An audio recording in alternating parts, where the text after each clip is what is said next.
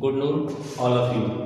Now we are going to study chapter number first, nature and significance of management, and the topic is objective of management. In any organization, there are different types of objectives, and management has to achieve all objectives with efficient and effective manner. In management, there are three objectives. First objective is organizational objective, and second is social objective, and third is personal objective.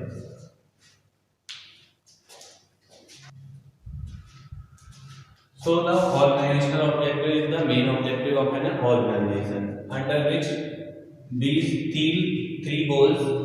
First is survival, and second is profit, and third is growth.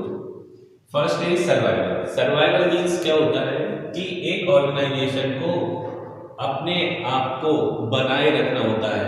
Means profit growing activities के through अगर कोई organisation profit earning नहीं करेगा तो वो अपने आप को कॉम्पिटिटिव एनवायरनमेंट में अपने आप को बनाए नहीं रख पाएगा और वो जल्द ही ऑर्गेनाइजेशन क्या हो जाएगा, बाइंड अप हो जाएगा। तो सबसे पहला ऑर्गेनाइजेशनल ऑब्जेक्टिव होता है survival.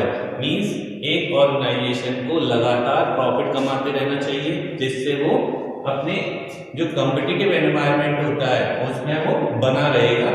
And second is profit. कोई भी ऑर्गेनाइजेशन हो, profit is the life blood of a business.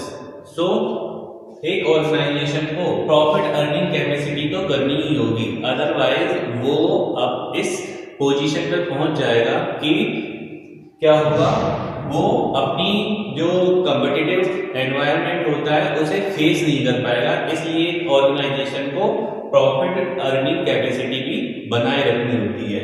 And third is growth. एक ऑर्गेनाइजेशन को सर्वाइव ही नहीं करना होता है, उसे क्या करना होता है, ग्रो भी करना होता है। अपने आप को इस लेवल से उठाकर इस लेवल तक लेके आना होता है। So organizational objective is survival, profit and growth. Now the second is social objective.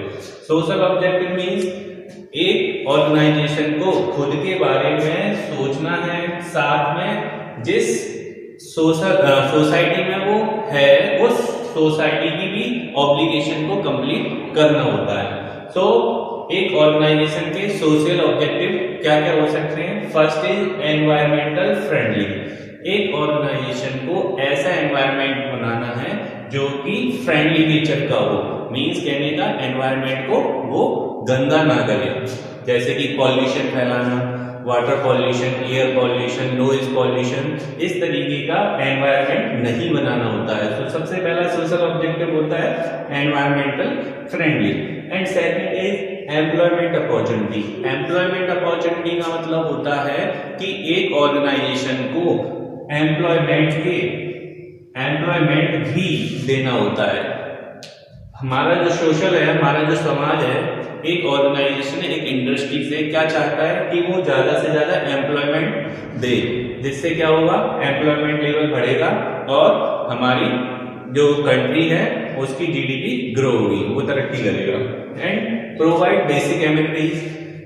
एक ऑर्गेनाइजेशन जो सोशल ऑब्जेक्टिव है उसका एक मेन ऑब्जेक्टिव होता है सोशल ऑब्जेक्टिव के अंडर में provide basic amenities. Basic amenities में कई सारे ऑर्गेनाइजेशन स्कूल्स चला रहे हैं, हॉस्पिटल्स उन्होंने ओपन कर रखे हैं। इस तरीके की ये सोशल एमिनिटीज भी कई सारे ऑर्गेनाइजेशन चला रहे हैं। सो सोशल ऑब्जेक्टिव के अंडर में प्रोवाइड बेसिक एमिनिटीज में कई सारे ऑर्गेनाइजेशन सोशल वेलफेयर के लिए स्कूल्स उन्होंने ओपन कर रखे हैं, हॉस्पिटल्स ओपन कर रखे हैं, जिसमें वो एक कंसेशनल रेट पे बच्चों को स्टडी करवाते हैं। हॉस्पिटल्स हैं, इसमें उन्होंने कई सारे ट्रीटमेंट फ्री में दे रखे हैं। तो ये सोशल ऑब्जेक्टिव होता है, एक समाज एक ऑर्गेनाइजेशन से ये सारी चीजें चाहता है। And fourth is main. Social objective के अंदर में आता है गुड क्वालिटी प्रोडक्ट। कोई ऑर्गेनाइजेशन है अगर वो गुड क्वालिटी प्रोडक्ट अवेलेबल कराता है, मींस कहने का अगर उसका प्रोडक्शन कैसा है, गुड क्वालिटी का है, तो क्या होगा, वो ऑर्गेनाइजेशन ग्रो करेगा। तो एक सोशल ऑब्जेक्टिव के अंडर में ये भी एक खासियत होती है कि गुड क्वालिटी प्रोडक्ट अवेलेबल कराए। And lawful business, lawful business का मतलब है कि एक बिजनेस जो एक ऑर्गेनाइजेशन जो अपना बिजनेस कर रहा है वो लॉफुल होना चाहिए। अनलॉफुल एक्टिविटीज के अंडर में उसे कोई भी बिजनेस नहीं करना चाहिए। ये हमारा सोशल ऑब्जेक्टिव का फिफ्थ रूल है। देन सिक्स्थ है avoidance of unfair trade practices and anti social. इन तरीके की एक्टिविटीज एक ऑर्गेनाइजेशन को नहीं करनी है जो कि कैसी हो, अनफेयर ट्रेड प्रैक्टिसेस, मतलब कि वेट कम कर देना। जैसे अगर कोई ऑर्गेनाइजेशन 1 kg के प्रोडक्ट बना के सेल कर रहा है और 1 kg के लिए वो 900 ग्राम्स ही उस पैकेट में डालता है, तो ये क्या है, अनफेयर ट्रेड प्रैक्टिसेस है। इसके अंडर में क्या होता है कि एक ऑर्गेनाइजेशन को इस तरीके से बचना चाहिए। कैसे, अनफेयर ट्रेड प्रैक्टिसेस से, और कई सारी एंटी सोशल एक्टिविटीज होती हैं उनसे भी बचना चाहिए। Okay, now the third is personal objective. Personal objective मतलब एम्प्लॉय, वर्कर।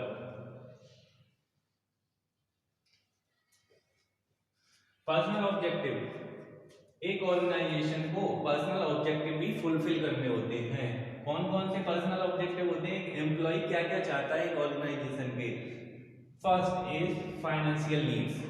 एक ऑर्गेनाइजेशन के लिए एम्प्लॉय को क्या क्या फुलफिल करना चाहिए। फर्स्ट है उसकी फाइनेंशियल नीड्स हैं, उन्हें फुलफिल करना चाहिए। मींस उसे सैलरी अच्छी तरीके से प्रोवाइड करनी चाहिए, कमीशन है, बोनस है, एक्सेट्रा, इन सभी चीजों को उसे प्रोवाइड करना चाहिए अच्छे लेवल पे, ताकि वो अपनी कॉम्पिटिटिव से अच्छी तरीके से लेवल बना के चल सके। कौन चल सके, एम्प्लॉय।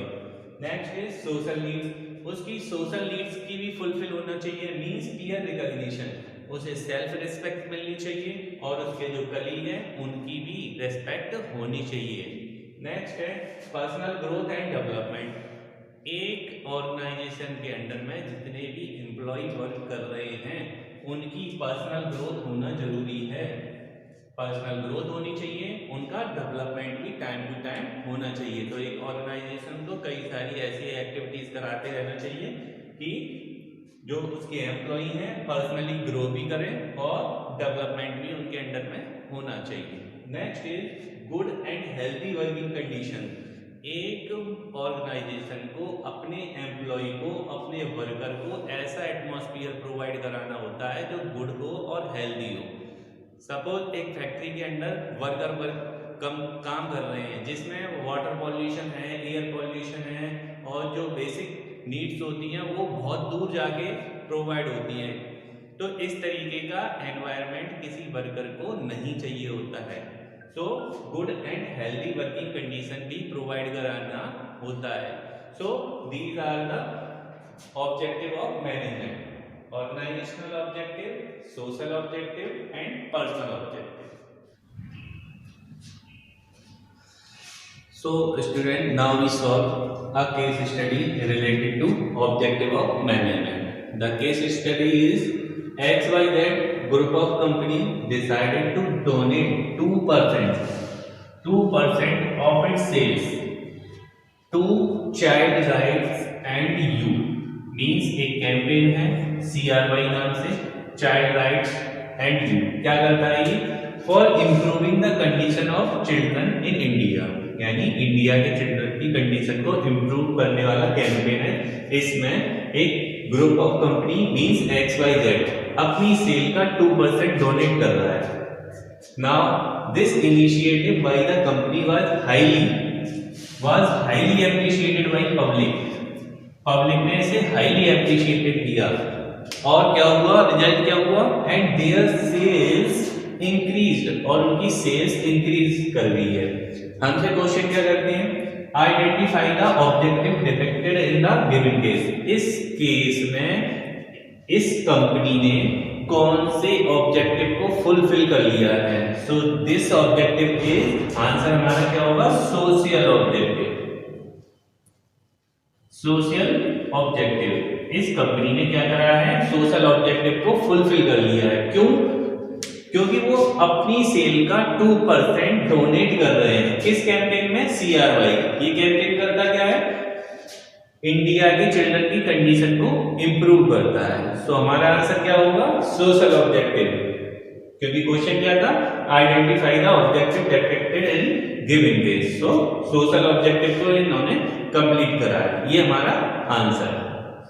Thank you.